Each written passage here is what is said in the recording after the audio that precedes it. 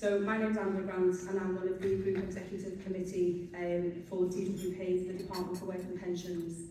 And obviously this Fringe is the case for, this is, what did I say? I know what it's called, and then as soon as I speak it's going my head. The case for radical reform of universal credit. We all know the issues with universal credit. It is absolutely pernicious. It is, you know, there are attacks on the disabled, the vulnerable. When they talk about unemployed, you know, we talk about workers sitting, you know, lounging around on benefits, and what it is, these are people that are unemployed workers, and all we see is a rabid right-wing Tory government. I'm not going to mention the Labour Party right now, let's just stick to the Tories for now. You know, coming at the most vulnerable in the country, but certainly people that have disabilities. We've looked, you know, they want to now go into people's bank accounts, absolute invasion of privacy, and as a union we will be fighting against that. So today we've got Martin Cavanagh, who is the outgoing president of DWP Group. He will be becoming, after the end of ADC, he will be our national president. So Martin will be speaking and he will be introducing a film that's been made. I'll let Martin speak about that. And we've also got with us Brett Sparks, but I'll give Brett his introduction when I'm bringing Brett in to speak. So with no further ado, I'm going to hand you over to Martin. Thank you, Mark. Okay, cheers, Ange. I mean, as Ange said, welcome everyone to this Social Security Fringe. It really is good to have managed to convince the acting national president that we should have a Social Security Fringe. Don't know how we influenced them, but we managed to. But this is a really important issue for our union, for our members, but I think more importantly, it's a really important issue for anybody who has been caught up and has or knows somebody who's caught up in the benefit system. And the reason that we made this film is we were offered by our comrades in Unite, but also other organisations that we were working with, to commission this short film, and it is only a short film, about why PCS believe it's important that we've reached the stage where we can no longer tinker around the edges with Social Security. We need a fundamental radical reform of Social Security. So I'm not going to say any more right now. I'm just going to introduce the film. I hope you enjoy the film. When we have seen it, I think it's quite a powerful film that we've got there, and once this is the launch of it here today, once we've finished this Fringe, we'll obviously get that circulated far and wide and make sure that everyone knows that PCS are absolutely behind the campaign for that radical reform of Social Security. So I won't say any more right now. Andrew's in charge of the IT, so what could possibly go wrong? What could possibly go wrong? The government have announced a whole series of additional measures for universal credit, changes to the qualification for universal credit, hundreds of thousands more people brought into the universal credit trap. So more and more people in work who are working on low paid wages are going to have to therefore do even more to continue claiming universal credit. They're desperate to sort of push people into work, any kind of work, regardless of quality or even pay, regardless of childcare circumstances, care and responsibilities. If anyone can get more work, they are essentially being told to get that work, otherwise they'll be sanctioned. This latest iteration of reforms in universal credit is the latest in a long line of very damaging reforms which have culminated in this universal credit system. So we have to see this latest UC reform within the context of what's been a long-term decline in the welfare state and policies that are damaging to our members and to staff. The history of the government, especially the current government, is to actually drive through benefit changes, whether or not they have enough staff to implement them or not, whether or not our members are able to deliver those changes. The level of staffing is astonishingly low, stressful and unsustainable. Staff leaving, sickness, etc. are by far the worst I've ever seen. The caseload sizes are too big already. There is no rest period, there is no calm period. Is that you have people dealing with upwards of 2,000 claimants, dealing with all of that stress, dealing with all of the anger from claimants, trying to ensure all of these people are paid on time and the correct amount, getting paid minimum wage. I'm totally worn out, physically and mentally. My health has suffered enormously. Constant pressure, poor pay and staff leaving to go to better jobs with better pay and less stress. So I've resigned. I felt I had no other option. There is an understanding in some government circles that the DWP will need more staff. It's why the department's been given authority to increase the staffing by 20,000 over the next 12 months. But that was prior to the announcement made by the Chancellor. New policies should not always mean new people. So today I'm freezing the expansion of the civil service and putting in place a plan to reduce its numbers to pre-pandemic levels. PCS members are impacted by universal credit in two ways. There's obviously the latest changes to the universal credit benefit system that our members will be expected to implement when that comes in. But also more and more now, PCS members are having to claim universal credit, so frontline government employees having to claim benefit to make ends meet. The days where being a civil servant brought some respect or kudos are long gone. It's essentially a minimum wage job. You can get higher entry level wages at a supermarket with less stress. One of the sort of chronic issues within the DWP is quite simply low pay. Members are paid very poorly in that department. 35% of our members in the DWP said they were skipping meals. 8% said they used a food bank. Members who are using food banks and can't afford to pay the bills, then the strain that has on their mental health will be huge, and that has a knock-on effect on their work as well and their claimants. So that's why it's a trade union issue for us. These are hard-working people. These are people who care. These are people who are passionate. All they want is to be paid for that, paid correctly, respected by management, respected by leaders, respected by MPs, to have their autonomy, that they know how to do their job best and how to talk to their claimants the best. So we have a group of sort of short-term aims for UC, which would be about scrapping some of the very punitive measures that are involved with the universal credit, like the 2-child limit, the benefit cap, the high reduction rates for people who have to repay benefits, which all have the main impact of pushing claimants into more poverty. And then beyond that, one of the key things is the sanctions and conditionality. Sanctions does not do anything to support people back into work. Our members know that. We believe the government know that. PCS members are very, very clear, though, what they experienced during the pandemic, when there was a pausing of all conditionality and sanctions, is that they provided a much better, much fairer and more supportive service. Some of the longer term aims is our current policy is for UC to be scrapped and be replaced with a fairer system. And the key thing for us in any long-term reform is that our members and claimants should be at the heart of the process of building this new system, because they're the ones who know it best. They deliver it, they use it. We've had great support from MPs, the Labour Party, SNP, Green MPs in the past, and we'll be working with them in the future. Because we believe now is the time to campaign to say these changes are not workable, they are not fair, they will increase conditionality, they will increase the risk of sanction, and that will not be anything other than detrimental to those who claim universal credit. The message that we need to continue to get across, and PCS is determined to work with the Unite community, with Disabled People Against the Cuts and other campaigning organisations, is to make sure that we could campaign for a proper, fully resourced, fair and supportive social security system for the lowest paid and the hardest hit in society.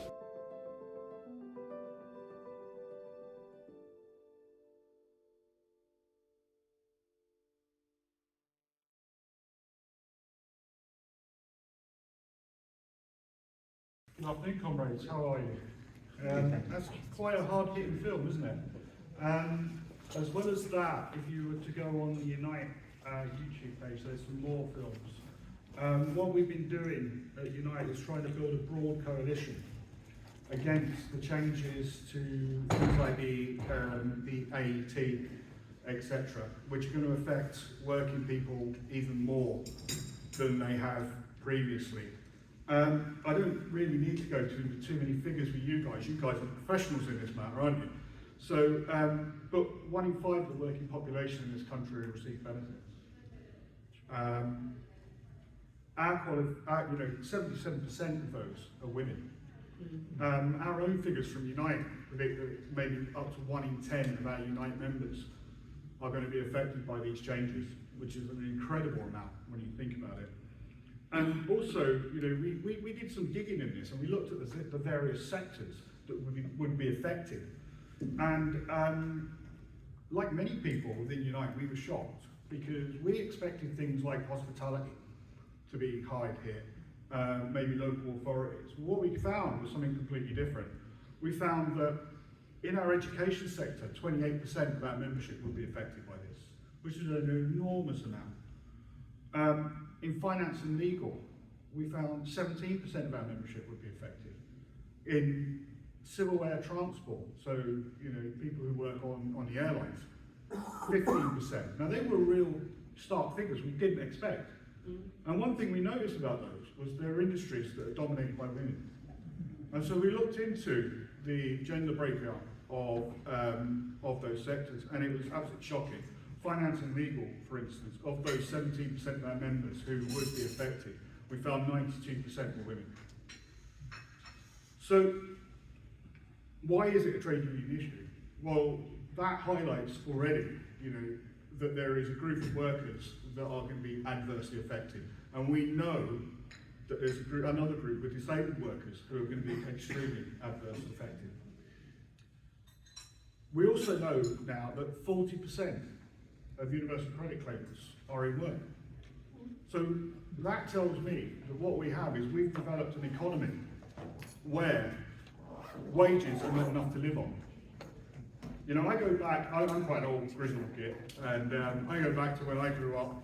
For those of you who were with the Fringe last night with John McDonald, when he said he grew up, he was born into a slum in Liverpool. Very similar for me. When I was born into a slum area of South London. And growing up in the 70s and the early 80s, there was one thing that struck me that's completely wrong with society now, is at that time, everyone had a decent home to live in. Everyone had decent, well-paid jobs.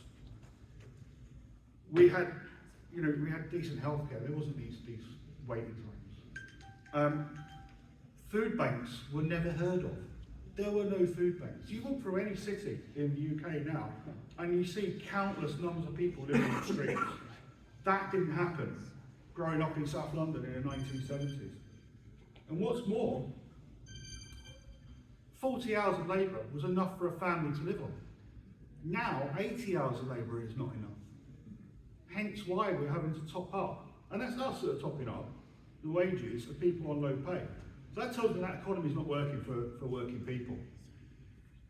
So that is one of the main reasons why it's a trade union issue, those figures. But it also affects our bargaining power, doesn't it? If we're trade unionists and our employers know that they can change our terms and conditions at a whim, because the alternative, such as fire and rehire, is that we're thrown into poverty.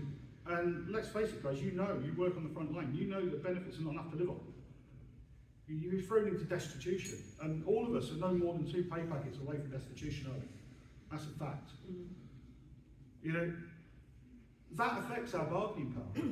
That affects our ability to negotiate with our employers. As another thing we've come across, which has been really, really serious, and that's the working holidays. We've come across this. Now, if you're working part-time, for instance, say 16 hours a week, and claiming benefits to top up your wages, you fall under that 18-hour change of AET. So you'll be required to carry out the work coach instructions and the work search requirements. But you're earning 16.37 of full leave through your contract. You're earning that, that's part of your package. However, you're still required to carry out those work search requirements while you're on leave. So therefore, you can't enjoy your leave. And so we and Unite are now looking at legal avenues to challenge this, because we think there is a glaring conflict between legislation here. Again, that's another reason. We're also concerned, majorly concerned as well. If you look at retail, the entire retail sector is based on 16-hour contracts. If that's not a trade union issue, I don't know what is. Because those people are only accruing 16 hours of holiday. Everything they work over, and a lot of them do, a lot of them work 40 hours but everything they work over is at a flat rate, and they're not accruing the holiday for it, they're not, the pension payments are not getting paid in for those hours, etc., etc. So there's major issues about the whole way the economy is built and the way that social security has now become, instead of being a safety net, it's been built in as a subsidy for bad employers. So I'm going to leave it at that because I want to leave us a little bit of time for questions, if we can. So one last thing I'd like to say is I'd like to say to Andy Mitchell, who's here behind the camera there, thank you to him, because he's the guy who originally highlighted this to us, and he's a lay member within Unite and a benefit claimant, and has been doing some fabulous work on driving this campaign. So thank you, Andy, and thank you, conference.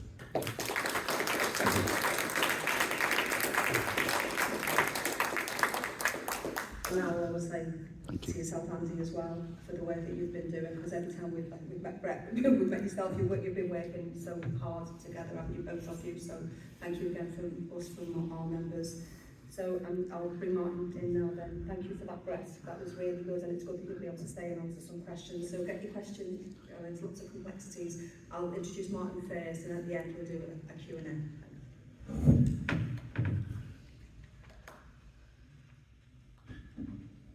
Okay, cheers, Ange, and I just want to echo the thanks to Brett and Andy for the absolutely fantastic work that you're doing to highlight this to a wider audience, because I think for too long the trade union movement has seen it, frankly, as PCS's problem, or not even a workers' problem. It's a problem because they bought into the narrative that anyone who claims benefits are scrounger and they're not really interested in working, and all you ever want to do is sit there and live off the state. And anyone who works with DPP knows, and his predecessor departments knows, that that has never been the case. I'm not saying every single individual, does all that they can to claim benefits to get into work, but let's be brutally honest about this. There are many people in work who get away with whatever they can, and yet there's been a particular place and a narrative in successive governments, I have to say, not just the Tories, but successive governments, to try and demonise people who have the audacity for needing to claim benefit because they can't make ends meet, or they haven't got a job, or they can't get a well enough paid job, or they become sick, or they become disabled, and they can't find meaningful work. So the work that is being currently done by Unite, by DPAC, by other campaign organisations, and the work that we want to do alongside those organisations, I believe, is at a pivotal point, because we have an opportunity in the general election of the year to try and get the message across to any incoming government that they absolutely have to take seriously now that this is not simply an issue that can be buried under the carpet. They have to change that public narrative. They have to absolutely change the view that this is something that is somebody else's problem. Because if a society, a civilised society, means anything, it should always mean that it looks after those who need help at the point that they need help and at the time that they need help. And what we've seen now, especially under this rabid Tory government, is, let's face it, they are a tax. There's no other way to describe it. A tax on anyone who claims benefit. The whole reason for universal credit in the first place, the whole reason for the Tories implementing it, was to try and discredit people or dissuade people from claiming benefit. Because the principle, the basic principle of universal credit, some would argue, is probably not a flawed one. Trying to make it a universal benefit that everyone understands, that people can get access to, and to try and help them financially, in theory, could work. The problem is, anyone who knows anything about the benefit system knows that that's not why the Tories invented this. It's not why they brought in universal credit. They brought in universal credit to make it harder to get benefit in the first place. And they certainly brought in universal credit to make it more difficult to stay on benefit for any length of period. And that is what we currently are trying to campaign against, alongside Unite, alongside DPAC and others. And I just want to give a shout out as well to Luke in the room here today, who's one of the other voices that you heard on that film. Because those are real transcripts. They're not things that we've just made up by the group executive committee. They are real stories about the plight of our members, about the plight of what they see day in, day out on behalf, working with benefit claimants and seeing how difficult it is. And so I don't want to take too much of your time, because I think the film and Brett have absolutely summed up exactly what is wrong with the current benefit system. I just want to touch though on what we do about it, because we produced a few years ago now as PCS an alternative social security booklet, and we've been working on that with the National Union for the last number of months to try and update that and bring it into the modern sort of world. But I think we need to go a step further than that now. And what I would be keen to do with PCS, working with Unite and others, is to actually get a more fundamental document that has buy-in from other unions, from campaigning organisations, if you like, a new narrative, proper social security narrative, about what sort of social security system we want moving forward, based on what is required, based on what is needed out there in society, but absolutely with some key fundamental principles at its core. The first one has to be that it has to have the resource and the money put into it that it required. You cannot run a support system on a shoestring budget. You cannot continue to take funding out of Social Security, out of the Department for Work and Pensions, and expect it to be able to deliver any sort of reform, let alone a decent standard of service. That's the first thing. The second thing is, the core principle of any new system can no longer be about trying to get people off benefit or trying to take money out of their pockets. It has to be an acceptance that in a modern civilised society, there will be people who will always need that financial support. Yes, the department should be funded to do whatever it can to give people the training, to give people the support and qualification and the mentoring and the coaching, to try to get them into better, well-paid employment so they don't need to have to claim benefit off the state. Of course, that is something that the department should do. But we also should have an acceptance that where that isn't possible, there should always be that proper safety net there for anyone who needs it. Because if we don't accept that, if we don't go back to the premise and principles of why the welfare estate was formed in the first place, we're going to see destitution and poverty ramped up like never before. Now, I think the opportunity we've got right now is twofold. First of all, I've mentioned already, it was the general election year. And so it gives us an opportunity, I think, to try and persuade any incoming government to have this as a key strand of its future direction and what it will intend to implement. But I'm not naive. I'm not naive, because some of the people in the Labour leadership right now have gone on record in years gone by and said they want to be even more harder on benefit claimants than the Tories. That is not a recipe for improving things, is it? It clearly isn't. That's a mindset that is so far outdated and so wrong. It's unbelievable. But the second opportunity I think gives us is this, and this is almost a terrible thing to say, but if we learn anything at all from the pandemic, it should be that at any given moment, people's lives can dramatically change and plummet. People who were fit and healthy, maybe even wealthy, all of a sudden were thrown into a situation that they'd never been in before. And that's why we had to pay out record amounts of universal credit at the time, 2 million new claims. It's why for the first time I can recall, I've worked for the department in its various guises for over 30 years, and I've never known, other than during the pandemic, the DHSS, the DSS, the DVP, and all its forms ever be doing anything but criticised and publicly ridiculed.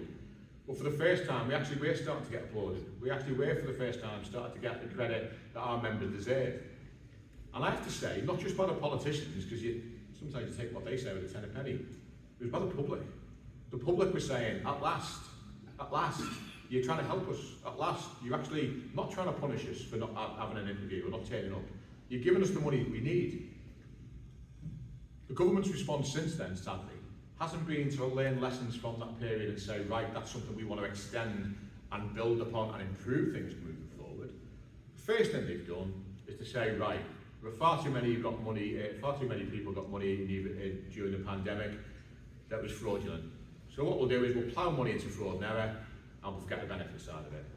That tells you everything you need to know about the immorality of this government and about the absolutely despicable approach they have, let's face it, to the working class. And so, in closing, I'll just say this, that this is only the start of this debate.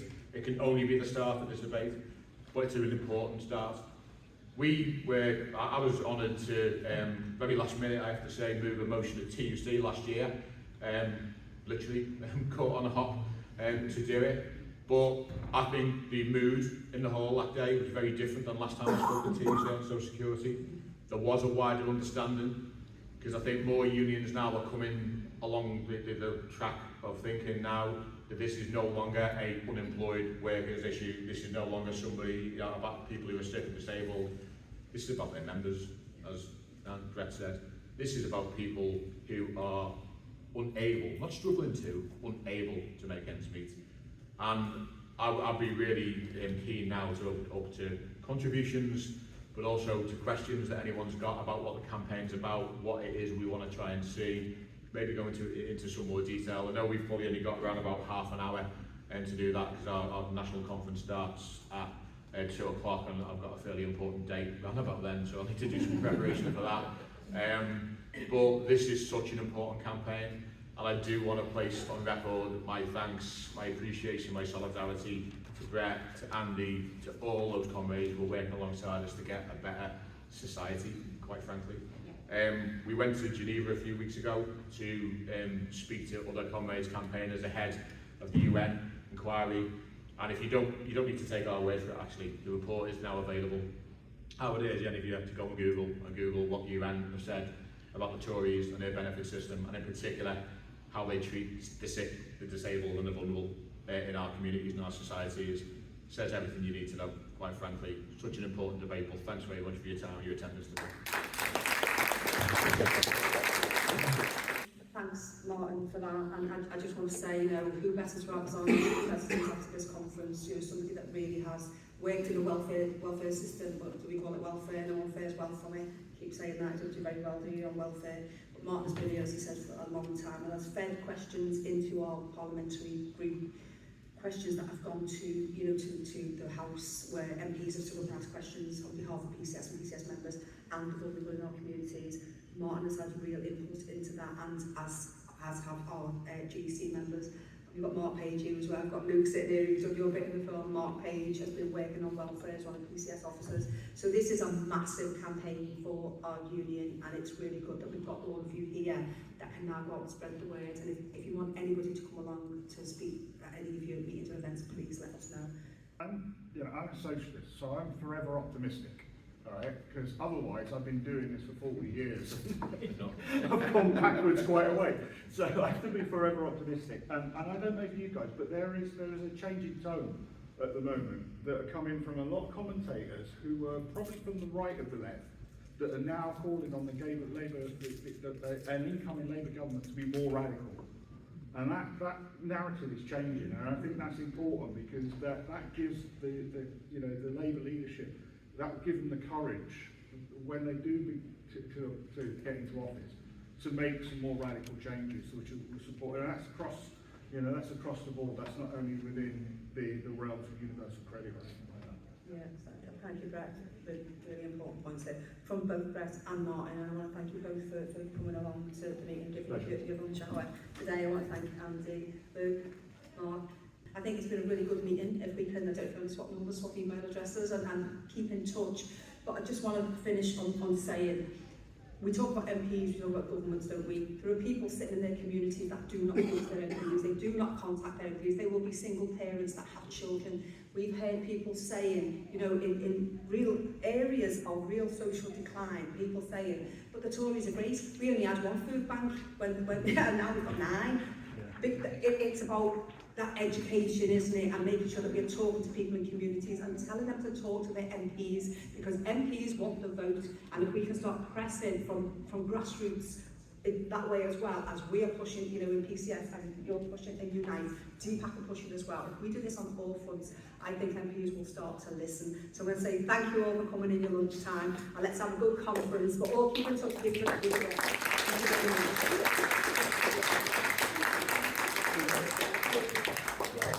you.